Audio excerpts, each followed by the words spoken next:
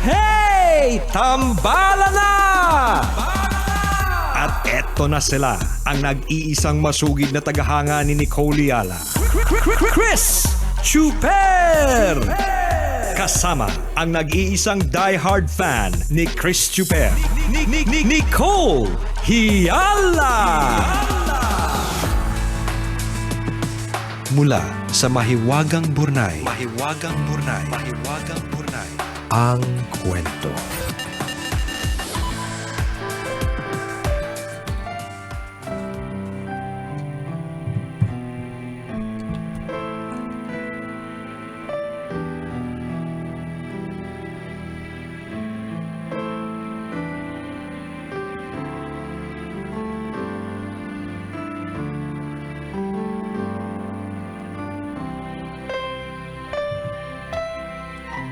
Hi Nicole and Chris.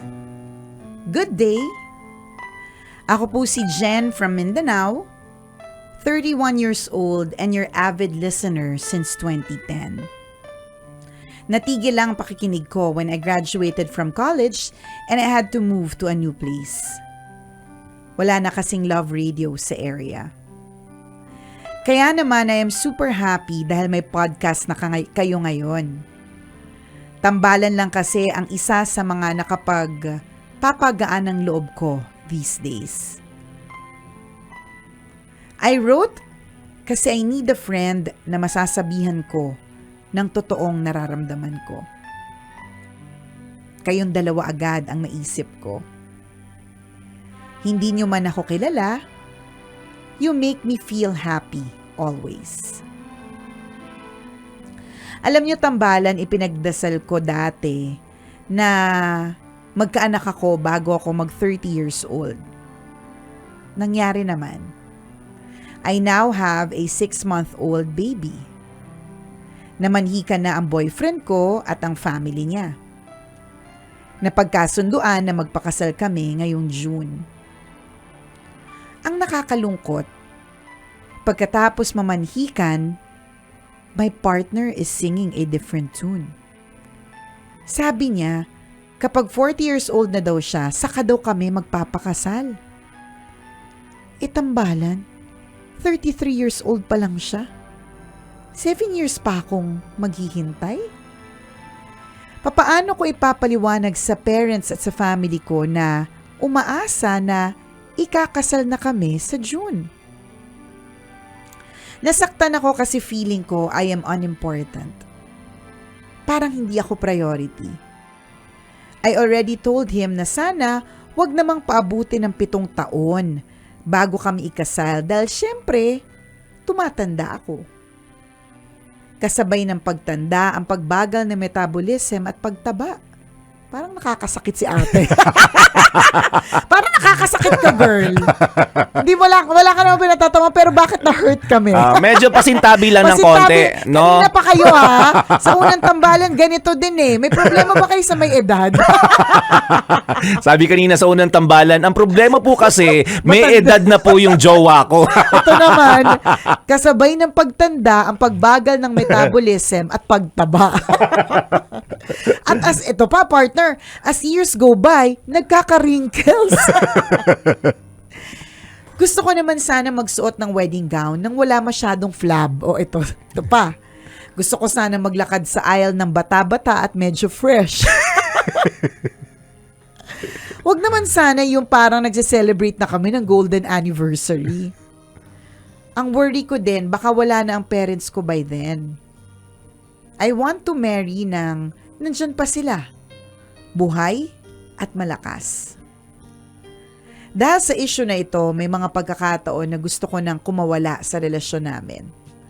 Kaya ko naman sigurong buhayin ang anak ko na mag-isa. Nahihirapan na kasi ako ng kakaisip kung ano ba ang papel ko sa buhay niya. Tambalan, tama ba na I feel this way or am I just overreacting? Postpartum depression lang kaya ito? Thank you Nicole and Chris dahil binigyan niyo po ako ng pansin. More power sa inyo and I love you both. Love, Jen.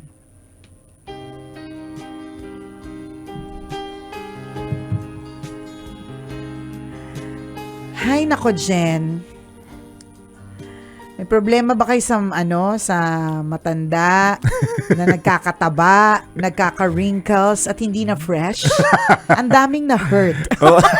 Kasi parang feeling ko doon umikot eh. Doon Yun yung major umikot concern niya eh. Actually, partner, yung parang pinakalinya ng Burnay ngayon is Oo. gusto kong maglakad ng aisle ng fresh. Oo.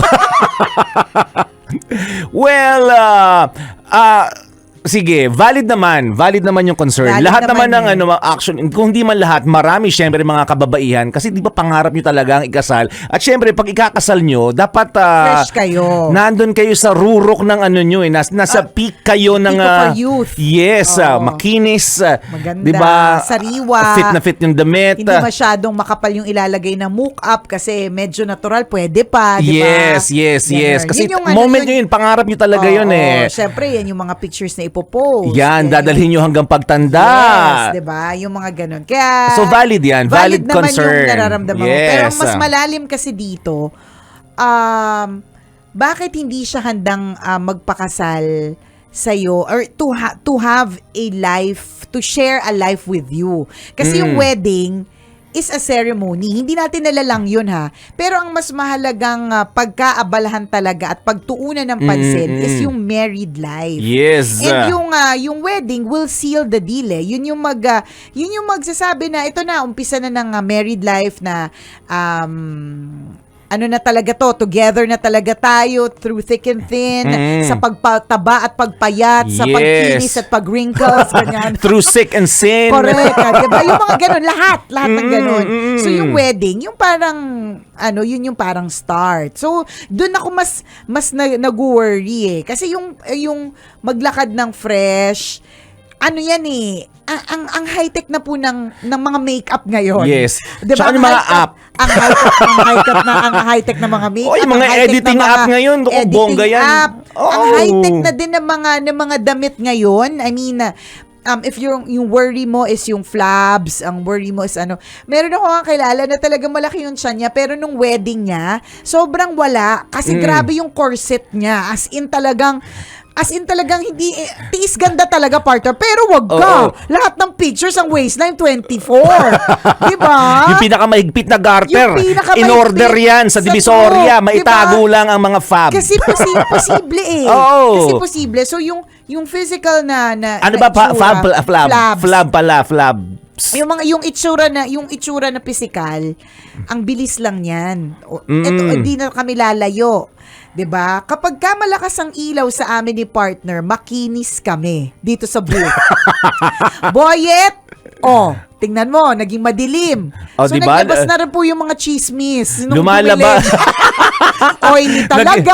Ako naging mistulang buwan eh. Dami Ang creators. daming creators. Diba? Nag-appear. Pero nung nagkailaw, meron Oh. bang senyales ng oiliness at ng crater sa face? Wale. Oh. Again, in terms of physical, madami talagang ways. But of course, lahat naman ng iba, they prepare for it eh. Like, nagpapapayat sila ng nagpapapayat talaga sila ng ilang buwan. Tapos, super pa-facial talaga. Lahat ng mga pwedeng hilahin sa mukha, papahila nila. And that's good. At pwede mong gawin yun. Sa Yes, kahit yes. na hindi ngayon, kahit at a later age, yun yung katotohanan dyan. Even at a later age, you can do that. Correct. Diba? So, pwede talaga. Sabi nga ng isa kong kaibigan, alam mo friend, tuwan-tuwa talaga ako sa Botox mo, sabi niya sa akin. Oo. Parang planchado yung yung Yung noo mo. forehead. Diba kasi pwede. Correct, Pwede correct. kasi talaga. So, yung age, hindi na natin na isipin. Kasi kung isipin pa natin, binigyan mo ng problema yung mga may edad din eh. Diba, Nandamay ka sa problema mo. Nandadamay ka, wag ganon. O kahit nga hindi kakasal, yung tipo nakarinig lang Oo, ng correct. statement mo eh. Diba? Na-hurt. Na-hurt sila. Diba? Oo. Ang mas dito, mas major na question dito, Jen, na dapat itanong mo sa partner mo is, are you even ready to share a life with me? Ganon. At sabihin mo yung sinasabi mo sa amin na gusto mo nang makipaghiwalay kasi parang feeling mo hindi ka naman niya sineseryoso, sabihin mo sa kanya yun. Kasi kahit sabihin mo sa amin, baka hindi makarating dun sa jowa mo. Di ba, malay namin kung Hindi naman pala siya nakikinig. Correct. Hindi niya kilala yung tambalan Hindi eh. kilala yung tambalan. Possibly, hindi namin alam. So, you can't send your message across kung hindi mo sa kanya sasabihin. Of course, nagigets namin na syempre gusto mong gumaan yung kalooban mo. You want to tell this to people katulad namin na feeling mo ikagaga ng iyong kalooban. Sana gumaan ang kalooban mo nung pagsulat mo at pagbasa namin. Pero it doesn't solve your problem. Yun lang naman din talaga Correct. yun. Ang lahat ng mga katanungan mo ngayon ay mabibigyan ng kasagutan kapag kinausap mo ang iyong ang iyong jowa. jowa. Di ba? Kasi Diba? nasa kanya lahat ng kasagutan. Ang sa Tama. amin ay pangangalap lamang ng mga bagay na may isip namin at this particular moment in time na parang siguro, what if. Puro ganun lang yung impormasyon na pwede naming ibigay sa'yo. Kasi hindi naman namin alam yung tunay na takbo ng relasyon yung dalawa. True. Hindi rin namin kilala yung jowa mo. Correct. Hindi rin namin alam yung rason bakit yung ganyan yung behavior niya ngayon. Wala kaming alam. alam. Di ba? Hindi namin alam yung side Oo, niya eh. hindi namin alam eh. Yung Ano story issue ng niya, boyfriend correct? mo. Ano yung issue niya? Bakit may Mali mo, 7 years? mali Baka mo, may- valid din yung reasons niya. Correct. Bakit kailangan tumagal ng 7 years? Oo, yung mga ganun. May mag-iipon ba siya? Yung mga ganun. Hindi pa ba siya handa, di ba? Mentally, emotionally, Oo. financially? On the 7th year niya ba makukuha yung sa insurance niya para may Oo, pera? di ba? Mga ganun.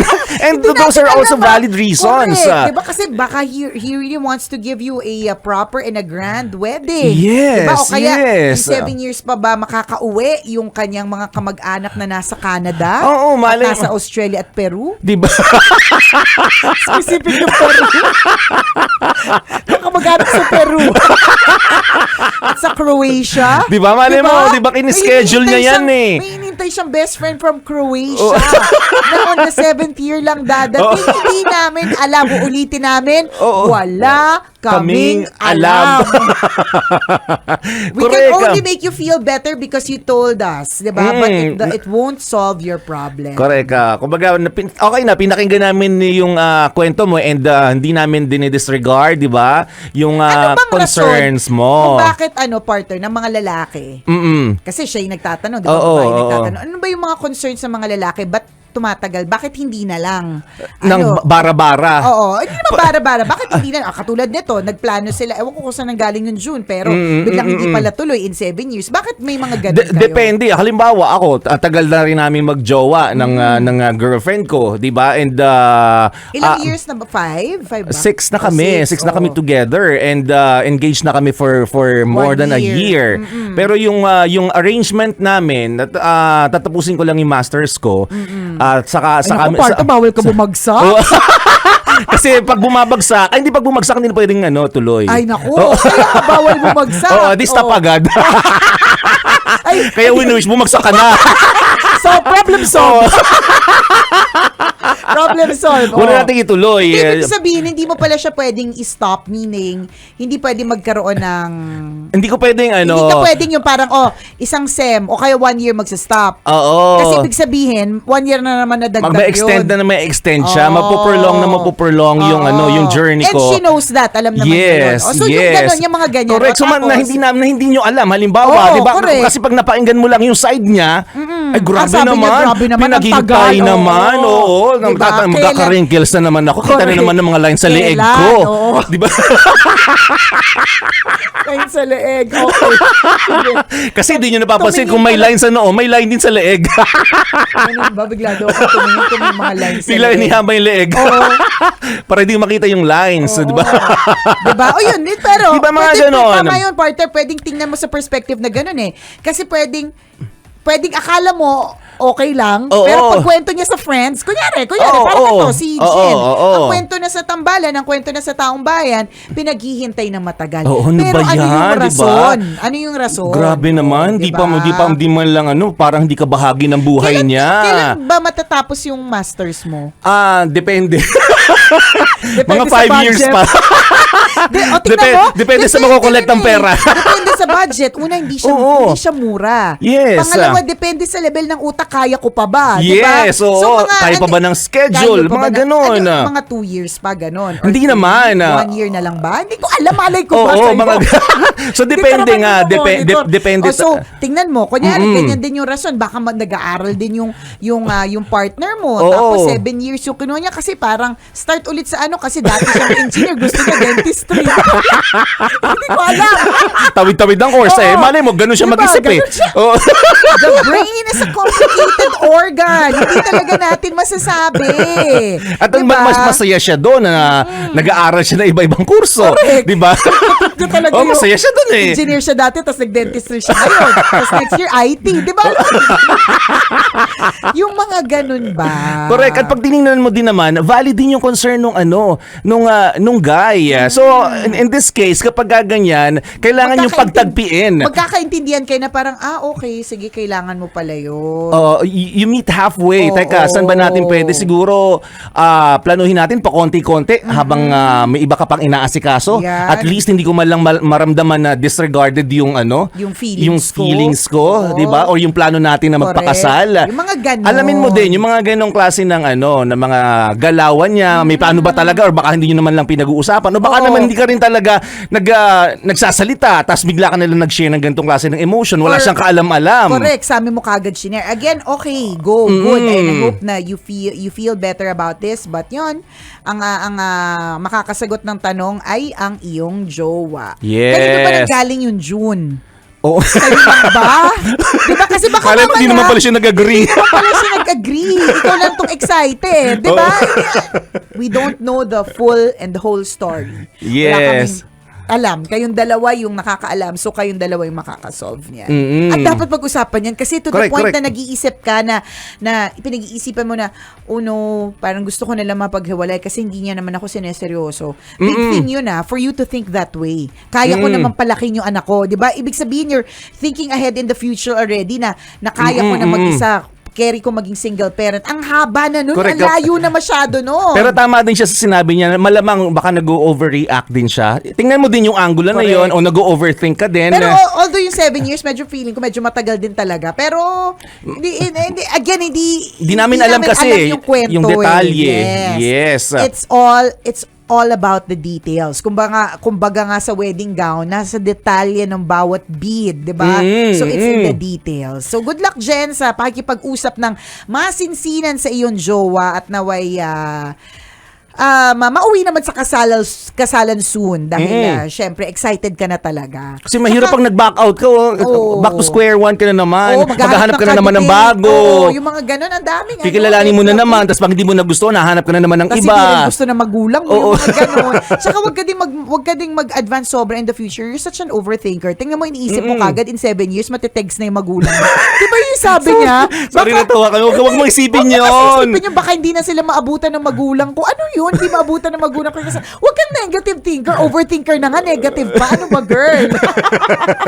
Relax ka lang. Oo, wag ganun. Chill ka lang. Aabutan ng mga magulang mo yung kasalan nyo kahit, Yes. 'di ba? 10 years pa yan. Pero sana hindi naman umabot ng 10 Oo, years. Pero oo. sure yun, claim it na pagdating ng araw ng kasal mo, nandun ang mga magulang mo. Correct. Masigla sila, healthy sila, pumapalakpak habang naglalakad Sa ka true. papunta sa altar. Tama. Hanggang sa reception, Yan yung- pumapalakpak pa rin sila. Tama. Non-stop. Saka, hindi pa nga nag-uumpisa ang ballroom. Sila na ang nag-umpisa. Yan. Ganun sila kalakas. Totoo. Tinulungan yung mga waiter mag-buzz. Ganun sila kalakas. hindi yung ang nega mo na baka hindi nila abutan. Although, hindi din naman natin alam. Oo, oo. Kasi 98 na.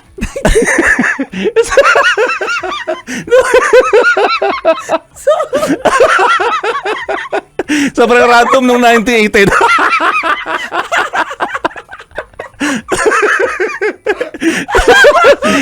tayo yung hindi tayo malapit din tayo sa ugali ni Jen. Tayo yung sabi huwag kang overthinker. 98. Hindi ko alam ano ba yan. Yung utak din natin ang layo lumipad eh. Nakarating ng Peru. Croatia. Let us not forget Croatia. Nagtitake ng maraming course. Engineering tapos nag-IT. Tapos nag-dentistry bigla.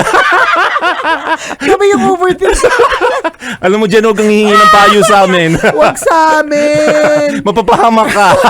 Hindi kami, not us, Jen. Tapos magulang 98. Pwede namang regular lang 60, 62. 98. Ano ba yan? O malay mo, di ba? Tapos after 7 years, kung 98 years old sila. Oh, tingnan mo. Di may ano pa, may benefits pa makukuha. May 100K ba? 100,000. O, di ba? O yan din, maganda din yun. Rason kung bakit ide-delay. Ay, naku. Makuha yung benefits sa mga magulang. Makakadagdag sila sa ano, sa gastusin ng kasal. Oo, malay mo, igagala sa'yo ng nanay at tatay mo yun. 100K. Oo, di ba? Di bongga yung reception. Ay na. Sa madaling salita ulitin namin, wala kaming alam sa detalye.